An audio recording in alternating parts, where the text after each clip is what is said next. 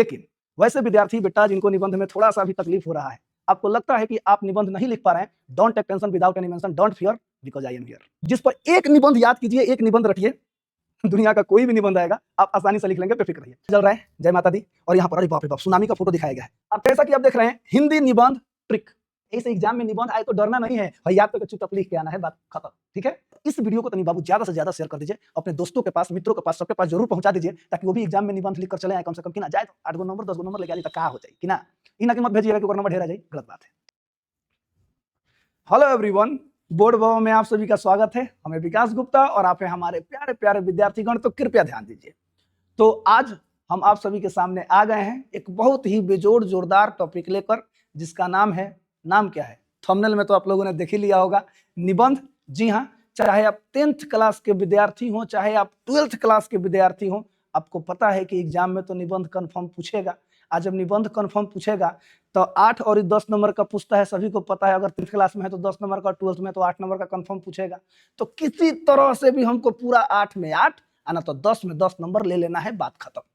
ठीक है, अच्छा आखिरकार ये निबंध पूछा क्यों जाता है, निबंध पूछने का मेन उद्देश्य क्या होता है, इसके बारे में आपको क्लास में बताया गया था। फिर भी जो बच्चे होते हैं उनकी सोचने की क्षमता कहाँ तक होती है, वो कहाँ तक सोच पाते हैं, उनकी रचनात्मकता जो है उनके अंदर कितना है, उनकी क्रिएटिविटी कितनी है, इस चीज के लिए, इस चीज को जांचने और परखने के लिए निबंध मतलब पूछा जाता है एग्जाम में। तो निबंध कैसे लिखना है, क्या करना है निबंध लिखने के लिए, कैसे टॉपिक बनाना है, प्रत्येक चीज आपको क्लास में सिखाया गया है। ठीक है, तो आप लोग बेहतर तरीके से उस चीज को और बेहतर कीजिए। तो वैसे विद्यार्थी जिनको निबंध लिखना बेहतर तरीके से आता है, जो बताया गया था उस चीज को फॉलो कर लेंगे, कोई बात नहीं, ऑल द बेस्ट, आप खूब बढ़िया से आपके निबंध की तैयारी हो चुकी है। लेकिन वैसे विद्यार्थी बेटा जिनको निबंध में थोड़ा सा भी तकलीफ हो रहा है, आपको लगता है कि आप निबंध नहीं लिख पा रहे हैं, don't take tension without any mention, don't fear because I am here. Okay, चलिए तो आज हम लोग एक ऐसा ट्रिक पढ़ेंगे, एक ऐसा निबंध का ढांचा देखेंगे, सीखेंगे, जानेंगे, जिस पर एक निबंध याद कीजिए, एक निबंध रटिए, दुनिया का कोई भी निबंध आएगा आप आसानी से लिख लेंगे, बेफिक्र रहिए, और एक नंबर नहीं कटेगा, याद रखिए। कहां से कटे आए, इसी तरह थोड़े कट जाएगा, क्योंकि हर एक चीज, हर एक टॉपिक उसमें आपको दिखाई देगा। चलिए शुरू करते हैं, जब शुरू करेंगे तो आप लोग देखिए लेंगे। जैसा कि आप देख रहे हैं निबंध ट्रिक 10th और 12th final exam, full marks 100%, खाली कौन सी के लिए, निबंध के लिए। ठीक है, याद रखिएगा। चलिए शुरू करते हैं। One format all topics, one format all topics, याद रहेगा। हाँ, तनी इसके बारे में बता दूं, यहाँ पर देखिए दिया जल रहा है, जय माता दी, और यहाँ पर अरे बाप रे बाप सुनामी का फोटो दिखाया गया है।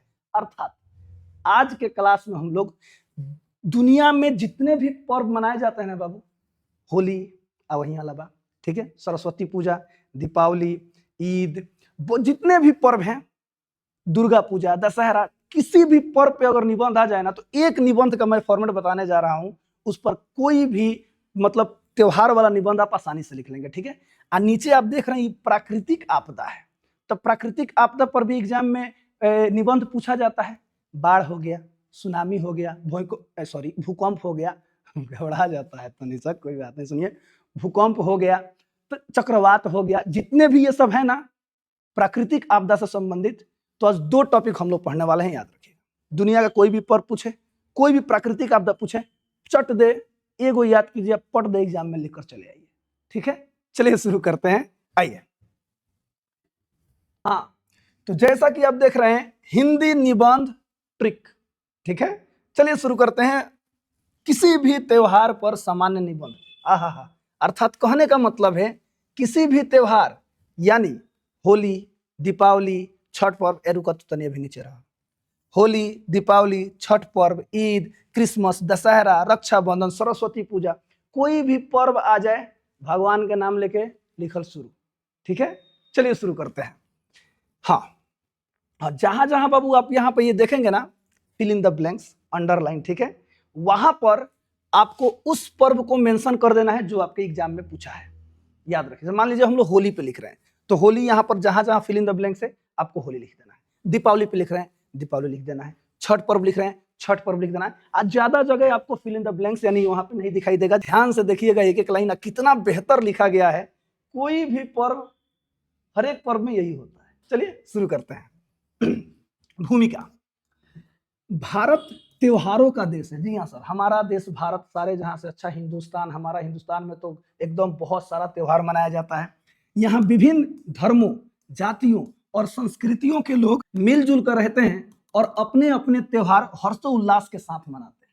ठीक है, आगे लिख रहे हैं, मान लीजिए हम लोग दीपावली पे लिख रहे हैं, तो दीपावली हमारे देश का एक प्रमुख त्योहार है जिसे लोग बड़े उत्साह और श्रद्धा के साथ मनाते हैं। यह त्योहार न केवल खुशी और उल्लास का प्रतीक है बल्कि हमारी सांस्कृतिक परंपराओं और सामाजिक एकता को भी मजबूत करती है। ध्यान से सुनिए, अगर होली पे लिख रहे हैं होली डाल दीजिएगा, सरस्वती पूजा लिख रहे हैं सरस्वती पूजा डाल दीजिएगा, अगर ईद पे लिख रहे हैं ईद डाल दीजिएगा।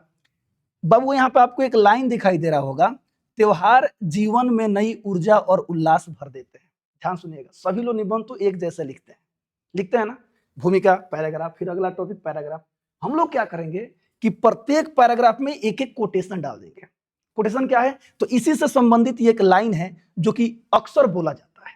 क्या, तो त्योहार हमारे जीवन में नई ऊर्जा और उल्लास भर देता है। इससे क्या होता है, निबंध एकदम अट्रैक्टिव बनता है और नंबर कटने के चांसेस 0%, 0% हो जाता है। याद रखिएगा, 100% आपको नंबर मिलता है। ठीक है, चलिए, तो ये फर्स्ट पैराग्राफ है, केवल एक जगह आपको भर देना है। दूसरा, त्योहार का महत्व याद रखिएगा, यानी जो भी त्योहार पर निबंध आ रहा है, हम लोग दीपावली पर देख रहे थे, तो दीपावली का हमारे जीवन में विशेष महत्व है। यह त्योहार आपसी प्रेम, भाईचारे और सहयोग की भावना को बढ़ावा देता है।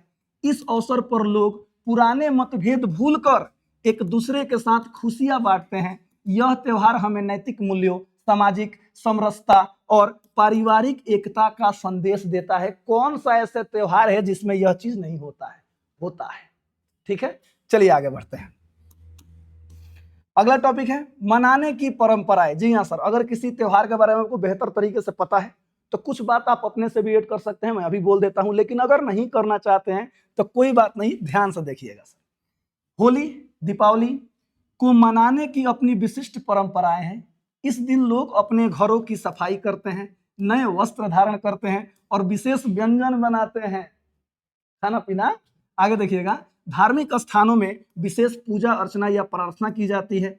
लोग एक दूसरे को शुभकामनाएं देते हैं और उपहारों का आदान प्रदान करते हैं। इस अवसर पर समाज में उत्सव का वातावरण छा जाता है और चारों ओर आनंद दिखाई देता है। यानी प्रत्येक पर्व में सभी लोग खुश रहते हैं, पूरा माहौल एकदम गर्दा गर्दा हो जाता है। ठीक है, चलिए अगला है वर्तमान समय में महत्व। किस चीज का महत्व? जो हम त्योहार मना रहे हैं उसका महत्व, ध्यान से सुनिएगा। तो वर्तमान समय में चाहे कोई भी पर्व है, होली, दीपावली, ईद, तो इसका महत्व और भी बढ़ गया है। भाग दौड़ भरे जीवन में यह त्योहार लोगों को परिवार और समाज के साथ समय बिताने का अवसर प्रदान करता है। साथ ही यह हमें शांति, सद्भाव और सहिष्णुता का संदेश देता है। हालांकि हमें यह ध्यान रखना चाहिए कि त्योहार सादगी, पर्यावरण संरक्षण और सामाजिक जिम्मेदारी के साथ मनाया जाए। जी हाँ, ये प्रत्येक त्योहार के लिए एक बात इसमें ऐड कर दिया गया है। ठीक है, याद रखिए। हाँ, त्योहार आता है तो सरकारी मास्टर सब लोग को छुट्टी मिल जाता है, आए तो संग परिवार का संग मना लेते हैं, माने पर्व त्योहार, खुश रहते हैं, सभी लोग रहते हैं। ठीक है, आगे देखिएगा। हाँ, उपसंहार प्रत्येक निबंध के लास्ट में लिखना होता है, याद रखिएगा। तो अंत में कहा जा सकता है कि दीपावली, अंत में कहा जा सकता है कि होली, अंत में कहा जा सकता है कि सरस्वती पूजा, अंत में कहा जा सकता है कि छठ पूजा केवल एक त्योहार ही नहीं बल्कि हमारी संस्कृति और परंपरा का प्रतीक है। यह हमें प्रेम, एकता और भाईचारे की सीख देता है। यदि हम इसके वास्तविक संदेश को समझें और अपनाएं तो समाज में शांति और सौहार्द बना रह सकता है। सौहार्द का मतलब प्रेम होता है, याद रखिएगा। इस प्रकार होली, दीपावली, कोई भी हो, एगो जो आएगा वही। ठीक है, होली हमारे जीवन को आनंदमय और सार्थक बनाता है। लास्ट में एक कोटेशन डाल दिया गया है, एक भी नंबर नहीं कटेगा। त्योहार वही श्रेष्ठ है, यानी वही त्योहार श्रेष्ठ है जो मानवता और एकता का संदेश दे। और हमारे पूरे भारत में जितने भी त्योहार मनाए जाते हैं ना, प्रत्येक त्योहार में एकता का संदेश तो मिलता है। सभी लोग एक साथ भाईचारे की तरह मिलकर वो त्योहार मनाते हैं, याद रखिएगा। ठीक है, तो ये था त्योहार वाला निबंध ट्रिक। एक वो याद कीजिए, फिल इन द ब्लैंक्स भरिए। अब पूरा 8 में 8, अगर 12 में है तो 10 में 10, अगर 10 में है तो कहीं नहीं कटेगा। आप देख लीजिए, पढ़ लीजिए, आपको खुद पता चल जाएगा। चलिए, हाँ, तो ये तो हो गया त्योहार वाला। एगो और ही बोले थे आपदा वाला। आजा आजा। हाँ, तो किसी भी प्राकृतिक आपदा से संबंधित सामान्य निबंध एगो याद कीजिए, एगो बढ़िया से, खूब बढ़िया बार बार लिखेगा तो ऐसे भी याद हो ही जाएगा कि ना। पूरा का पूरा कोई भी निबंध आए बना करके चले आइए, लिख कर चले आइए। चाहे बाढ़ आए, सूखा आए, सुनामी आए, भूकंप आए, चक्रवात आए, ग्लोबल वार्मिंग आए, कुछ भी आए याद रखिएगा। चलिए शुरू करते हैं बिना देरी किए हुए। ध्यान से देखते हैं क्या कुछ ऐसा लिखा गया है जिससे कि एक ही निबंध पे कोई भी प्राकृतिक आपदा है आप लोग लिख लेंगे। ठीक है, तो भूमिका। तो प्राकृतिक आपदाएं मानव जीवन के लिए एक गंभीर चुनौती होती है। कोई भी आपदा तो चुनौती होबे करती है। अब मान लीजिए हम लिख रहे हैं सुखाड़ पे, बाढ़ पे, भूकंप पे, किसी पे भी जो आए वहां पे भर देना है, बात खत्म। तो बाढ़, सुखाड़, भूकंप ऐसी ही एक भयानक आपदा है जो अचानक आकर जनजीवन को पूरी तरह अस्त व्यस्त कर देती है। इस आपदा के कारण न केवल जान माल की भारी क्षति होती है बल्कि सामाजिक और आर्थिक व्यवस्था भी बुरी तरह प्रभावित होती है। याद रखिएगा, जान माल कहने का मतलब से इंसान हो गए और ये जीव जंतु हो गए, गाय भैंस, पशु पक्षी हो गए। ठीक है, याद रखिएगा। कहा गया है, इसमें भी कोटेशन डाला गया है ताकि नंबर खूब बढ़िया उठे, एक भी नंबर ना कटे। प्रकृति जब क्रोधित होती है तो मानव असहाय हो जाता है। अतः कौन चीज, सुनामी, बाढ़, भूकंप, कुछ भी जैसी आपदाओं का अध्ययन, उसके बारे में जानना और उनसे निपटने की तैयारी अत्यंत आवश्यक है। याद रखिएगा। तो भूमिका में इतना लिखिए, उसमें चिपकाइए जो भी एग्जाम में आ रहा है, बात खत्म। चलिए, हाँ, आपदा का स्वरूप एवं कारण। कोई भी आपदा आ जाए, चलिए चक्रवात के अनेक कारण हो सकते हैं, ध्यान से सुनिएगा। चक्रवात आ गए, भूकंप आ गए, कुछ भी आ जाए, के अनेक कारण हो सकते हैं। कुछ कारण प्राकृतिक होते हैं जबकि कुछ मानव द्वारा उत्पन्न किए जाते हैं, यानी मानव को वजह से उत्पन्न हो जाते हैं। जैसे वनों की कटाई हम ही करते हैं, पर्यावरण प्रदूषण हमारे द्वारा फैलाया जाता है, अनियंत्रित औद्योगिकरण और जलवायु परिवर्तन ने ऐसी आपदाओं को तीव्रता को और बढ़ा दिया, यानी कि ये आपदाएं और तेजी से आ रहे हैं। ये इसका कारण हम ही लोग हैं। क्यों? क्योंकि हम लोग पेड़ पौधे काट रहे हैं, पर्यावरण में प्रदूषण हम लोग फैला रहे हैं।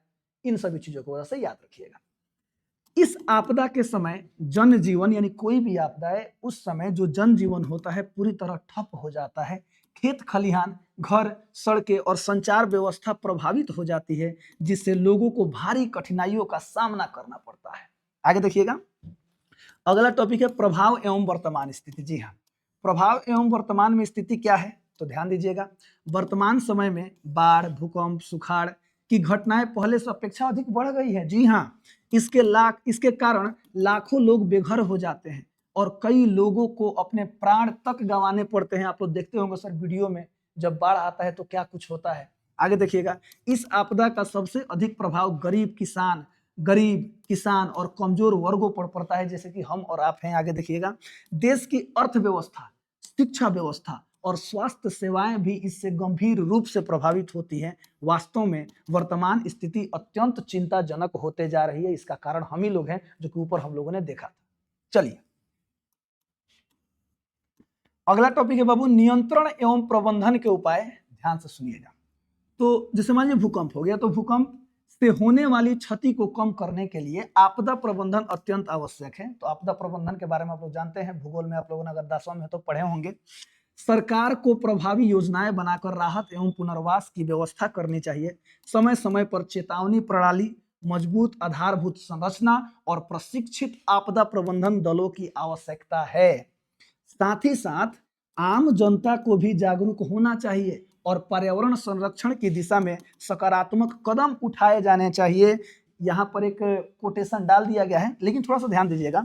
ये जो कोटेशन है इसको थोड़ा बीच में लिखिएगा, जैसे ऊपर वाला लिखा है, यानी इधर छूट गया है, हो जाता है। ठीक है, सावधानी ही आपदा से बचाव का सबसे बड़ा उपाय है। मान लीजिए कोई आपदा आएगा, अगर हम ही सावधान ना हो तो क्या होगा, याद रखिएगा। तो सावधानी हटी दुर्घटना घटी, याद रखिएगा। ठीक है, तो दुर्घटना से बचना है तो हमें सावधान रहना पड़ेगा। आगे बढ़ते हैं। उपसंहार तो प्रत्येक निबंध में लिखना ही लिखना है, याद रखिएगा। अंत में कहा जा सकता है कि भूकंप एक गंभीर प्राकृतिक आपदा है, बाढ़ एक गंभीर प्राकृतिक आपदा है जिससे पूरी तरह बचना संभव नहीं है। जी हाँ, बिल्कुल संभव नहीं है, लेकिन उचित प्रबंधन और सतर्कता द्वारा इसके प्रभाव को कम किया जा सकता है। यदि सरकार और जनता मिलकर ईमानदारी से प्रयास करे तो भविष्य में होने वाली क्षति को काफी हद तक रोका जा सकता है। जी हाँ, आप किसी भी प्राकृतिक आपदा को रोकने का एक ही उपाय है, ज्यादा से ज्यादा हमें पेड़ लगाना होगा, बात खत्म। सब चीज उसी पे टिका हुआ है, याद रखिएगा। इस प्रकार जागरूकता, विज्ञान और सहयोग के माध्यम से हम सुरक्षित और सशक्त समाज का निर्माण कर सकते हैं। याद रखिएगा, लास्ट में कोटेशन जरूर डालिएगा, एकदम लिख कर आइएगा, एक नंबर नहीं कटेगा। जिन काट लिए नंबर, आगे देखिएगा, बात की बात है, आपदा से डरना नहीं है, हेलो, डरना नहीं है, बल्कि उससे सीख लेना ही समझदारी है। ऐसे एग्जाम में निबंध आए तो डरना नहीं है, याद करके चुपचाप लिख के आना है, बात खत्म। ठीक है, हाई देखिएगा, आपदा से डरना नहीं है बल्कि उससे सीख लेना है, सीख लेना ही समझदारी है। ठीक है, तो चलिए, तो इस प्रकार से पूरा का पूरा निबंध जो कि आज का क्लास का है खत्म होता है। 2 निबंध में पूरा खत्म, आपदा का कोई भी आ जाए, पर्व का कोई भी आ जाए, खेला खत्म। एक वीडियो और बनेगा जो कि सीक्रेट है, उसमें क्या ऐसा चीज है कि वहां से भी बहुत सारे निबंध पूछे जा चुके हैं, उसमें भी 2 गो निबंध याद कीजिए, पूरा का पूरा कोई भी निबंध है आप लिखकर चले आएंगे, हिंदी का काम खत्म। इसी तरह से इंग्लिश में भी याद रखिएगा, जो निबंध पूछा जाता है उसके भी ट्रिक बनाए जा चुके, एकदम बेहतरीन, बेस्ट, एकदम शॉर्टकट में आपको तुरंत याद हो जाएगा। ठीक है, तो वेट कीजिए, अगले वीडियो में आपको वो चीज मिल जाएगा। ठीक है, और इस वीडियो को तनी बाबू ज्यादा से ज्यादा शेयर कर दीजिए, अपने दोस्तों के पास, मित्रों के पास, सबके पास जरूर पहुंचा दीजिए, ताकि वो भी एग्जाम में निबंध लिख कर चले आए, कम से कम कि ना जाए तो 8 गो नंबर 10 गो नंबर लेके आ जाए, तक कहा हो जाए कि ना। इन की मत भेजिएगा कि ओकर नंबर ढेर आ जाए, गलत बात है। ठीक है, याद रखिएगा। तो चलिए, हंसते रहिए, मुस्कुराते रहिए, गाते रहिए, गुनगुनाते रहिए और हमेशा खुश रहिए। मिलते हैं अगले वीडियो में अगले निबंध के साथ, ताकि एग्जाम में आप लिख कर आए पूरा का पूरा निबंध। तब तक के लिए जय हिंद।